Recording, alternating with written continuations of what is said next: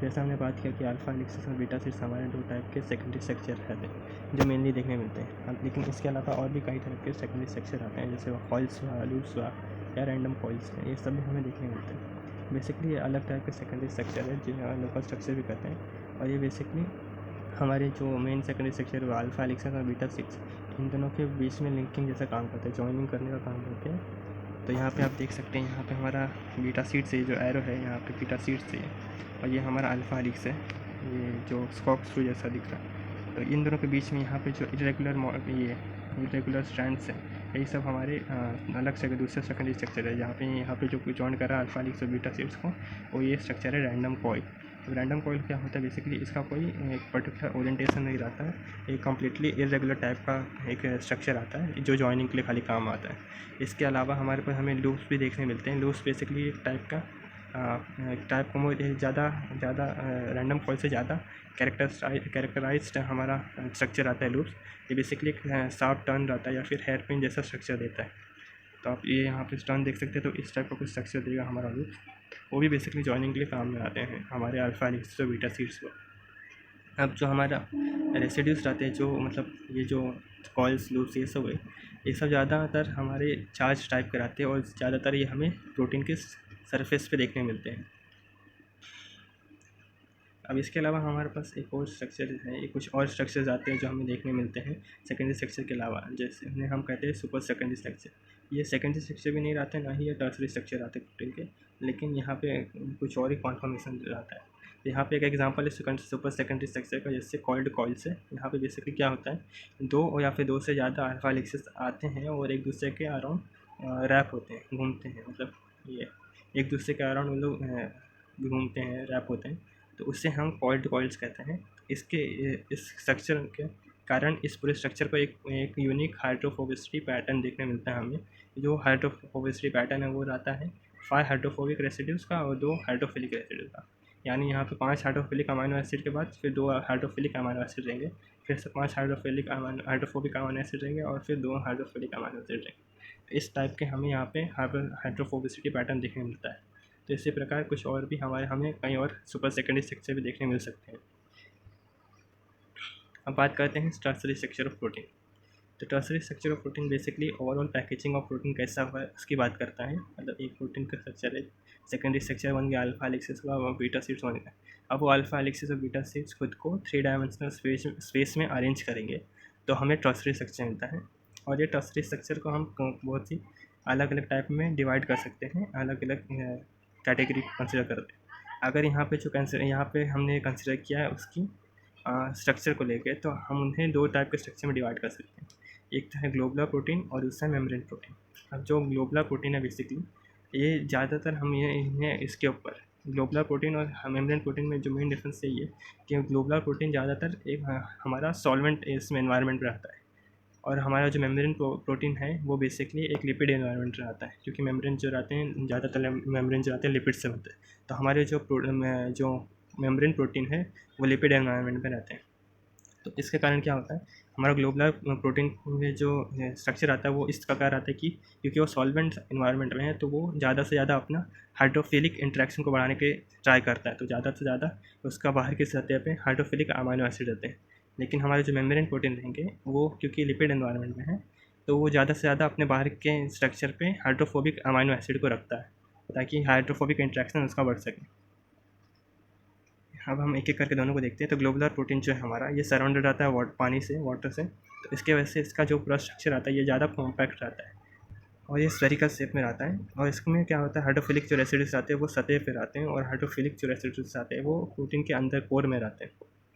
अब ये जो पूरा स्ट्रक्चर है हाइड्रोफिलिक को बाहर रखने का, हाइड्रोफोबिक को अंदर रखने का, ये एनर्जेटिकली फेवरेबल है, क्योंकि यहाँ पे जो हाइड्रोफोबिक रेसिड्यूज है अंदर की तरफ है तो उनका वाटर से इंट्रैक्शन मिनिमाइज हो जाता है, जबकि जो हाइड्रोफिलिक रेसिड्यूज है सतह पे तो उसका वाटर से इंट्रैक्शन मैक्सिमाइज हो जाता है। अब इसका एग्जांपल एक है मायोग्लोबिन। तो मायोग्लोबिन एक टाइप का ग्लोबुलर प्रोटीन है हमारा। ऐसे अलग अलग टाइप के हमारे कई ग्लोबुलर प्रोटीन्स होते हैं।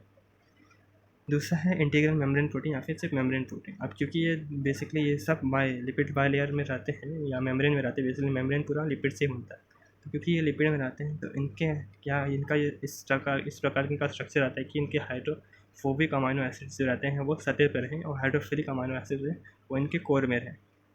अब कई बार क्या होता है कि ये मेम्ब्रेन प्रोटीन ट्रांसमेम्ब्रेन प्रोटीन भी रहते हैं। ट्रांसमेम्ब्रेन का मतलब है पूरा लिपिड बायलेयर के आर पार होगा। जैसे आप यहाँ देख सकते हैं, यहाँ पे ये लिपिड बायलेयर के आर पार ये पूरा क्रॉस कर रहा है ये वाला प्रोटीन, तो इसे हम ट्रांसमेम्ब्रेन प्रोटीन कहते हैं। अब जो हमारा ट्रांसमेम्ब्रेन जो सेगमेंट बनता है प्रोटीन का, वो बेसिकली अल्फा हेलिक्सिस से बनता है, लेकिन ये ऐसा ज़रूरी नहीं है, क्योंकि हमने कई बैक्टीरियल पेरिप्लास्टिक मेम्ब्रेन को स्टडी करके देखा है कि उनके जो ट्रांसमेम्ब्रेन प्रोटीन आते हैं वो कई बार बीटा स्ट्रैंड्स से भी बनते हैं। अब जो यहाँ पे अल्फा हेलिक्सिस और बीटा स्ट्रैंड्स बने हैं, इन सबको जॉइनिंग के लिए लूप्स का ज़रूरत पड़ता है, और जो यहाँ पे लूप्स रहते हैं वो ज़्यादातर एक्वियस फेज में प्रेजेंट रहते हैं। तो आप यहाँ देख सकते हैं कि यहाँ पे जो दोनों स्ट्रक्चर सेकेंडरी स्ट्रक्चर को जॉइन करा, तो यहाँ पे जो लूप है वो इधर अंदर की तरफ हमें देखने मिलता है कि वो एक्वियस फेज में लाई कर रहा है प्रोटीन पूरे लिपिड बायलेयर के बाहर। अब इसके अलावा कई बार जो लूप्स आते हैं वो लिपिड सरफेस और हमारा एक्वियस सरफेस के इंटरफेस पे भी मिलते हैं।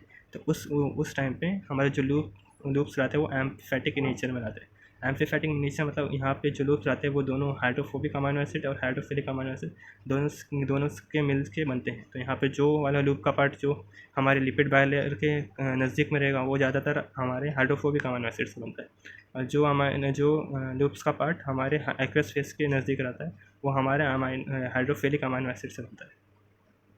और इसका एग्जांपल एक इंटरनल मेम्ब्रेन प्रोटीन का एक अच्छा एग्जांपल है रोडोप्सिन। तो ये जो स्ट्रक्चर है बेसिकली रोडोप्सिन का ही है। ये प्रोटीन हमारे आँखों में रहता है, आँखों, और वो यहाँ इसका स्ट्रक्चर ये ऊपर की तरफ से दिख रहा है। तो ये ऊपर की तरफ से इसका स्ट्रक्चर ऐसा दिखता है, और ये जो स्ट्रक्चर है ट्रांसमेम्ब्रेन स्ट्रक्चर है। अब हम बात करते हैं डोमेन्स ऑफ प्रोटीन की। अब ये डोमेन्स ऑफ प्रोटीन होते क्या हैं? तो बेसिकली हमारा जब हम ये कोई नया प्रोटीन हम कभी ढूंढते हैं और वो किसी दूसरे हमारे डेटाबेस के प्रोटीन से सिग्निफिकेंटली इनका मैचिंग नहीं होता सीक्वेंस, मतलब सीक्वेंस जो रहता है वो हमारे डेटाबेस प्रोटीन से मैच नहीं कर रहा है, अलग है। तो उस टाइम पे ये बहुत डिफ़िकल्ट हो जाता है कि हम प्रोटीन का ये फंक्शन बता सकें। तो उस टाइम पे हम ये मोटिव्स और डोमेन्स का यूज़ करते हैं। अब बेसिकली मोटिव और डोमेन एक शॉर्ट कंसेसिव सीक्वेंस रहते हैं जो हमारे रिलेटेड प्रोटीन्स के अंदर मिलते हैं। तो जैसे दो प्रोटीन्स है वो एक दूसरे से रिलेटेड है, तो भले ही उनका पूरा ओवरऑल स्ट्रक्चर जो ओवरऑल जो सीक्वेंस रहे वो डिफरेंट रहे, लेकिन जो मोटिव और डोमेन का सीक्वेंस रहेगा वो ज़्यादा चेंज नहीं होता, वो दोनों रिलेटेड प्रोटीन के अंदर, और वो दोनों सेम रहेंगे। तो इस प्रकार हम उनको कंपेयर करके बता सकते हैं कि इस प्रोटीन का फंक्शन क्या होगा। मोटिव और डोमेन की बात करें तो वो एक दूसरे से डिफ़र कैसे करते हैं। तो जैसे हमने पहले ही कहा, बेसिकली शॉर्ट कंजर्व सीक्वेंसेस रहते हैं प्रोटीन के अंदर। अब जो मोटिव रहता है वो बहुत ही छोटा रहता है, बहुत ही शॉर्ट रहता है, लेकिन जो डोमेन रहता है वो कंपेयर टू मोटिव बड़ा रहता है। तो इन दोनों के बीच में थोड़े बहुत डिफरेंसेस है। जैसे मोटिव जो रहता है वो बेसिकली हमारे स्ट्रक्चर साइड से हमें ज़्यादातर देखने मिलता है, और इसका पर्टिकुलर फंक्शन रहता है, खुद का पर्टिकुलर फंक्शन आता है, लेकिन ये खुद अगर प्रोटीन से हम इस मोटिव को, मतलब प्रोटीन का पूरा पार्ट है, वहाँ पे एक छोटा सा एक रीजन है वो मोटिव कहते हैं, जिसे हम मोटिव कह रहे हैं, वो रीजन हमारे स्ट्रक्चर साइड के बगल में है। अगर हम पूरे प्रोटीन में से वो रीजन को निकाल दें तो वो रीजन अकेले उसका कुछ पर्टिकुलर फंक्शन नहीं रहेगा। उसका पूरा मतलब, यानी कहने का मतलब ये है कि जो मोटिव रहता है बिना प्रोटीन के होल स्ट्रक्चर के काम नहीं कर सकता, लेकिन डोमेन ऐसा नहीं है। डोमेन प्रोटीन के होल स्ट्रक्चर के साथ भी काम कर सकता है। अगर हम प्रोटीन में से वो एक पर्टिकुलर डोमेन निकाल लें बाहर, तो खुद भी अकेले भी वो अपना खुद का फंक्शन दे सकता है। तो सेल्फ सफिशिएंट एक टाइप से बोल सकते हैं हम डोमेन्स को। अब जो नॉर्मली जो डोमेन्स आते हैं वो 40 से 400 रेसिड्यू लॉन्ग रहते हैं। जो एवरेज लेंथ रहती है डोमेन्स की वो 100 अमाइनो एसिड रेसिड्यूज़ की रहती है, जबकि मोटिव इससे कई छोटे रहते हैं। एक एग्जांपल है हमारा मोटिव का अपना जिंक फिंगर मोटिव, जो हमारा 10 से 20 अमाइनो एसिड्स लॉन्ग रहता है। तो यहाँ ये मोटिव आप देख सकते हैं खाली 10 से 20 अमाइनो एसिड लॉन्ग है, बहुत ही छोटा है, जबकि हमारा डोमेन का एवरेज जो लेंथ रहता है वो 100 अमाइनो एसिड के इतना लंबा रहता है। अब जो हमारा डोमेन्स है ये खुद के अंदर, इसके डोमेन्स के अंदर खुद के मोटिव हो भी सकते हैं या फिर नहीं हो सकते, ऐसा ज़रूरी नहीं। तो कई बार डोमेन्स के अंदर भी खुद 2-3 मोटिव्स हमें देखने मिल सकते हैं, क्योंकि डोमेन जितना बड़ा है और मोटिव तो बहुत ही छोटा रहता है, 10 से 20 अमाइनो एसिड के अराउंड इसका रेंज रहता है। अब एक एग्जांपल हम डोमेन्स की बात करें तो हमारा जो लिगेंड बाइंडिंग डोमेन्स रहते हैं हमारे, या फिर ट्रांसमेम्ब्रेन डोमेन्स रहते हैं, ये सब एग्जांपल हो जाएंगे हमारे डोमेन्स के। अब बात करें, क्योंकि मोटिव ज़्यादा छोटे रहते हैं तो ये एवोल्यूशनरी ये ज़्यादा कंजर्व रहते हैं, ज़्यादा चेंज नहीं होते। अब डोमेन जितना जितना कोई चीज़ बड़ा रहेगा, जीन्स का सीक्वेंस जितना बड़ा रहता है एवोल्यूशनरी वो उसमें चेंजेस आने की पॉसिबिलिटी बढ़ जाती है। अब ये जो मोटिव्स और डोमेन दोनों की बात करें तो दोनों ही ऐसे यूनिट इवॉल्व होते हैं, मतलब ऐसे यूनिट गेन होते हैं, लॉस होते हैं या फिर सफल होते हैं एक दूसरे की जीन सीक्वेंस की बात करें तो डोमेन्स और मोटिव्स की जो हम बात करें तो वो जिसके जो जीन्स है वो अब एक साथ ही गेन होते हैं, लॉस होते हैं या फिर सफल होते हैं, एक जगह से निकल के दूसरी जगह तक इंटीग्रेट होते हैं। तो ये सब को हम देख के स्टडी करके हम प्रेडिक्ट कर सकते हैं कि कौन सा प्रोटीन किससे रिलेटेड है और उसका फंक्शंस क्या क्या होंगे। तो इसी के साथ में हमने सेकेंडरी स्ट्रक्चर के stabilising forces, type of secondary structure और मोटिव और डोमेन के बारे में इस वीडियो लेक्चर में बात की है। तो इसी के साथ आज का हमारा टॉपिक यहीं पे समाप्त होता है। यहाँ तक जुड़े रहने के लिए आप सबका धन्यवाद।